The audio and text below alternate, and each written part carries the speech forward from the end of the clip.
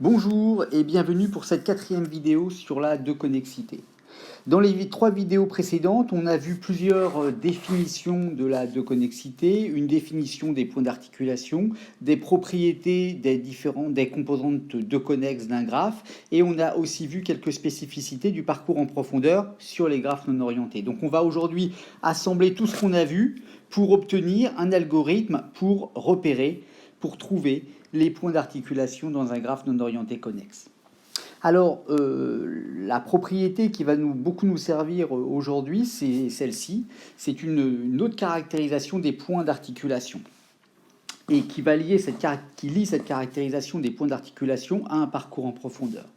Et donc, on a la propriété suivante. Donc, P est un point d'articulation du graphe G si et seulement si P est la racine de GP, donc GP, c'est bien sûr l'arborescence de parcours issue de GP. Donc P est la racine de GP, et P a au moins deux fils dans GP. Donc on est dans cette configuration-là. On appelle PP sur le sommet petit p, et on va obtenir une partie de GP qui va être... qui va partir d'un successeur de P, et une autre partie au moins qui va partir d'un autre successeur de P. Éventuellement, il y en a 3, 4, etc. Mais il y en a au moins 2. Et le deuxième cas de figure, alors ce cas-là, au passage, on l'avait déjà vu à la vidéo précédente. Le deuxième cas, c'est P n'est pas la racine de GP, donc il a donc un prédécesseur dans GP, et pour un de ses fils S, dans l'arborescence GP, aucun des descendants de S n'est relié par une arête retour vers un ancêtre strict de P. C'est-à-dire qu'on a P ici, on a un successeur de P ici dans GP, c'est petit s, et tout ce que peut atteindre S dans GP, eh bien, aucun de ces sommets-là ne peut avoir une arête retour qui va en amont de P. Okay, et donc ça n'est juste pas possible. Très bien, alors, regardons la première propriété, le premier point, et on va donc avoir la chose suivante. Supposons que P est un point d'articulation de G, et supposons que P est la racine de GP. D'accord? Ça signifie que je vais appeler PP sur le sommet P. Qu'est-ce que je sais par ailleurs? Je sais que si P est un point d'articulation, c'est qu'il existe deux sommets U et V tels que tout chemin qui relie U à V passe par P. Ça veut dire que je vais avoir V va être un descendant de P dans GP, et en fait, il va falloir que je fasse un autre appel à PP pour trouver le sommet V. Et donc, ils vont se retrouver dans deux sous-arbres différents de GP à partir de P. Pourquoi est-ce que c'est ça? Parce que si depuis U, je pouvais trouver le sommet V, alors clairement, j'aurais un chemin de U à V qui ne passe pas par P, ce qui contradierait l'hypothèse que P est un point d'articulation. Inversement, si jamais P est une racine de GP, avec deux fils, c'est-à-dire que l'appel à PP a nécessité l'appel là sur une première transition qui va mener par exemple à un sommet U et une deuxième plus tard à un sommet V, eh bien, si jamais il a fallu repasser par une transition PV et non pas qu'il n'a pas été possible de passer par U pour aller vers V, eh bien, si ça a été le cas, c'est parce qu'il n'y a pas d'autre chemin, il n'y a pas de chemin entre U et V qui évite P. Et donc, on a bien montré le premier point. Quant au deuxième, eh bien, on va en faire une esquisse de démonstration au moins. Et donc, je vous rappelle que l'idée, c'est la suivante. P, lorsqu'il n'est pas la racine de GP, eh bien, P est un point d'articulation si et seulement si, il existe un fils petit s de P dans GP, tel que tout ce que je peux atteindre depuis S dans GP, eh bien, tous ces sommets-là ont des arcs retours qui ne peuvent les mener que en aval de P. C'est-à-dire aucun ne peut remonter au-dessus de P. Et on va voir pourquoi est-ce que cette propriété-là est vraie. Alors, on va se donner un point d'articulation P. Si P est un point d'articulation, on sait qu'il existe UV tel que tout chemin qui relie U à V passe par P. Et on va aussi supposer que U est un descendant de P dans GP. Il y en a forcément un des deux qui est dedans, donc on va supposer que c'est U. Très bien. Et maintenant, qu'est-ce qu'on va avoir? On va donc avoir le sommet P qui est ici, on va avoir le sommet U, et on va se poser la question, où peut donc être le sommet V dans le graphe GP? Eh bien, en fait, il peut se trouver à deux endroits. Soit V se trouve, on va dire, en amont de P, dans une partie de GP qui est en amont de P, soit c'est V est aussi un descendant de P dans GP. Dans les deux cas, on va obtenir une contradiction. C'est-à-dire on va obtenir le fait qu'un des successeurs de P est tel que tous les sommets accessibles dans le sous-arbre n'ont pas d'arc retour. Ça fait beaucoup de négations qui remontent en amont de P. Alors, je m'explique. Prenons tous ces sommets-là. Tous les sommets donc qui sont accessibles par GP depuis de ce sommet S. Eh bien, imaginons qu'il y ait un arc retour qui permette de remonter en amont de P. À ce moment-là, on voit tout de suite que si c'était le cas, il y aurait un chemin qui irait de U jusqu'à V sans passer par P, ce qui n'est tout simplement pas possible puisque P est un point d'articulation. Il n'y a donc pas ici de possibilité de remonter en amont de P par un arc retour. Okay, donc ceci n'existe pas. Dans le deuxième cas de figure, ici, lorsque U et V sont tous les deux des descendants dans GP du sommet P, eh bien, il y en a forcément au moins un des deux qui vérifie la propriété, à savoir que aucun de ces sommets dans ces triangles-là n'ont d'arc retour qui remonte au-dessus. Pourquoi ? Imaginons que ce soit les cas dans les deux.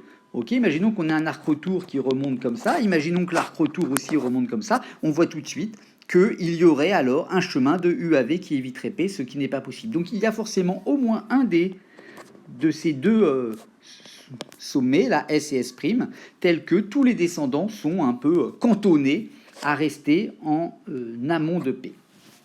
Et donc il n'est pas possible d'avoir ça. Très bien.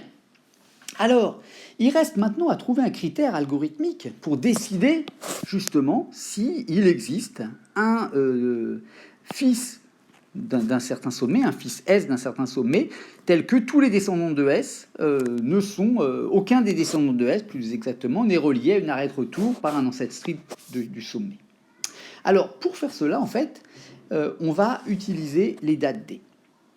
Bien sûr, j'ai laissé de côté le premier critère, à savoir que la racine de l'arborescence, si elle a deux fils, alors c'est un point d'articulation, parce que c'est facile à vérifier.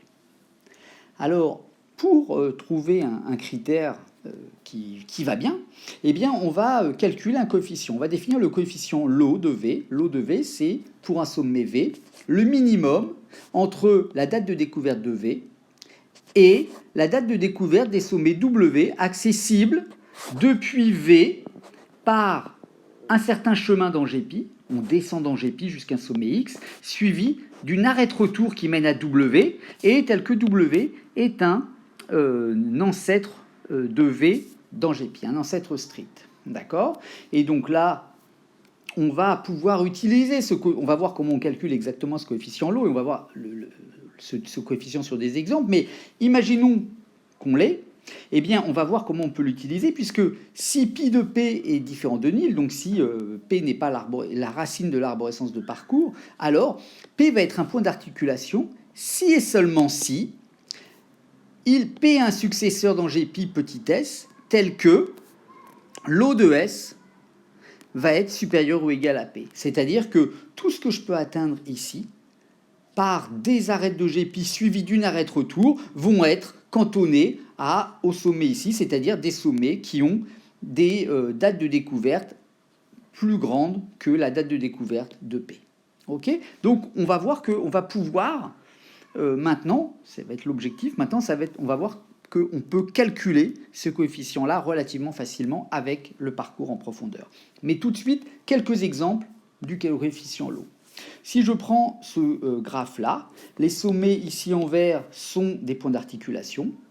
Et bien maintenant, faisons un parcours en profondeur, donc je l'ai fait un peu en avance. Donc disons que je commence par x0, x0 n'est pas un point d'articulation, et je vais obtenir ces différentes dates du parcours en profondeur avec cette arborescence de parcours. Donc on voit que la racine a un unique fils, ça tombe bien puisque ça n'est pas un point d'articulation. Et à partir de ces dates D et F, je vais pouvoir calculer un coefficient LO pour chacun de ces sommets, et les dates, ce coefficient LO est donné ici en bleu. Donc pour la racine x0, eh bien, le coefficient LO c'est bien 1, puisque c'est le minimum de toutes les dates, et ça va être bien 1. Pour le sommet x1, le coefficient LO va être défini par 1. Pourquoi ? Parce que depuis x1, il existe un chemin dans GP qui m'amène à un sommet qui a un arc retour, et la date de découverte de ce sommet-là, c'est bien 1. Et donc, je vais avoir le sommet, le coefficient lot qui va valoir 1 ici. Ça va être la même chose pour x3, la même chose pour x2. Quant à x4, lui, ce sommet-là, eh bien, lorsque il descend dans GPy, il ne peut pas descendre bien loin, il peut rester que sur place. Eh bien, il n'a pas d'arrêt de retour non plus. Et la seule chose qu'il peut prendre, alors, c'est sa date à lui. Et donc, ça va être 3 comme coefficient. Le coefficient x5, lui, il a un coefficient lot égal à 5. Pourquoi? Eh bien, parce qu'il a une arrêt de retour qui remonte ici. Et la date de découverte du sommet x3, c'est 5. Et donc, ça va être la valeur du coefficient lot ici. La valeur du coefficient lot pour x6, ça va être 8. Pourquoi? Eh bien, ça va être en fait sa date à lui. Et x7, ça va être 8 aussi, parce que je peux descendre ici, avoir un arc retour ici, qui va me permettre d'obtenir 8. Et pour x8, ça va être la même chose. OK. Donc, on a calculé les coefficients lot, et maintenant, il reste à vérifier ce que j'avais énoncé avant sur le lien entre la valeur d'un coefficient lot et le fait qu'on puisse trouver des points d'articulation. Je vous rappelle que les points d'articulation, ce sont les sommets en vert ici, et on peut effectivement vérifier ici que x1, c'est un point d'articulation. Pourquoi? Eh bien, parce que on a un fils ici, qui est x4, un fils dans GPy, dont le coefficient est plus grand. Ici, là, il se trouve qu'il est strictement, mais il suffirait qu'il soit plus grand. Lot de x4 est supérieur ou égal à la date de découverte ici de x1, c'est-à-dire 2. OK? Et donc, on a bien cette propriété-là. Lorsque je regarde le sommet x5, lui, il a un successeur, x9, dont le coefficient est 14, et il est bien plus grand que 7. Et on a la même chose aussi pour x6 avec ce successeur-là. Par contre, si je prends ce sommet x2, qui n'est pas un point d'articulation, eh bien, je vois que son seul successeur, ici x5, eh bien, a un coefficient 5 qui est, lui, strictement plus petit que la date de découverte de x2. Hein. Donc, on a bien ce qu'on a observé avant qui se vérifie ici. Si j'avais appelé le parcours en profondeur depuis un point d'articulation, par exemple depuis x1, on aurait obtenu quelque chose comme ça. Hein. Donc là, j'ai appelé le parcours en profondeur depuis x1. On voit tout de suite qu'on a deux successeurs dans GPy, et donc ça va nous permettre de dire que x1 est bien un point d'articulation. Hein, donc on a des nouveaux coefficients, des nouvelles dates, D et F, on a donc des nouvelles valeurs de coefficients lot, et en fait on peut toujours appliquer les mêmes méthodes et obtenir que les points d'articulation, donc là voilà les nouveaux coefficients lot que l'on obtient avec ce parcours-là, et en fait on va aussi obtenir que x1 est un point d'articulation, mais cette fois-ci parce qu'il a deux successeurs dans GPy, et que c'est la racine de GPy. x5, on va obtenir que c'est un point d'articulation parce qu'il a ce successeur-là, x9, et le coefficient lot de x9 est plus grand ou égal à la date de découverte de x5 qui est 4. Et je peux continuer comme ça avec x6. Très bien. Et donc, il reste maintenant à trouver un critère, plutôt un algorithme pour calculer les coefficients lot. Et alors, pour faire cela, on va d'abord observer une première chose, c'est qu'en fait, lorsqu'on fait le calcul du coefficient lot, on exige que le sommet W ici soit un ancêtre de V dans GPy. En fait, on pourrait tout simplement omettre cette définition-là, cette contrainte-là, pour la raison suivante, c'est que finalement, lorsque je demande ici à remonter, à prendre un W en amont de V, eh bien, si jamais j'enlève ça, qu'est-ce que je vais pouvoir autoriser? Je vais pouvoir autoriser tout simplement d'avoir des sommets, d'avoir en fait des arêtes, des arcs-retours, ici, qui remontent en deçà de V, mais en fait, la date ici de découverte de ces sommets-là sera de toute façon plus grande que V, que je devais prendre en compte pour le calcul. Donc de toute façon, ça ne peut pas changer. En prenant ces sommets-là, je ne peux pas changer la valeur du coefficient lot que je peux considérer. Je vous rappelle que je n'ai pas non plus d'axe transverse qui pourrait poser problème. Donc en fait, ces deux définitions, lot et lot 2, vont correspondre. Et maintenant, pour calculer l'O2, je peux faire la remarque suivante. C'est plutôt que de remplacer, là ce qui me pose problème dans cette définition-là, c'est le côté flèche étoile, hein, c'est un certain nombre de transitions. Eh bien, en fait, je vais tout simplement pouvoir la réécrire d'une autre manière en disant, en donnant la troisième définition pour l'O, qui est celle-là, ça va être le minimum entre D de V, et puis le coefficient l'O de S que j'obtiens en regardant tout simplement les successeurs immédiats de V. Hein, donc là, je vais prendre un sommet S tel que pi de S et V. Donc ça veut dire que l'arête VS est une arête de l'arborescence. Et je vais aussi regarder tout ce que je peux en un coup avec un arc retour obtenir. Donc je vais prendre la date DW de ce que je peux faire, de tous les sommets que je peux atteindre en un coup avec un arc retour. Pardon de me répéter.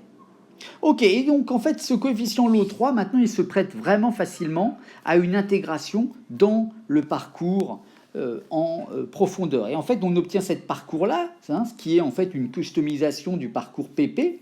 Je vais donc colorer, lorsque j'appelle sur le sommet V, je vais colorer V en gris, je vais augmenter temps, comme d'habitude. D de V va être ma date de coloriage en gris.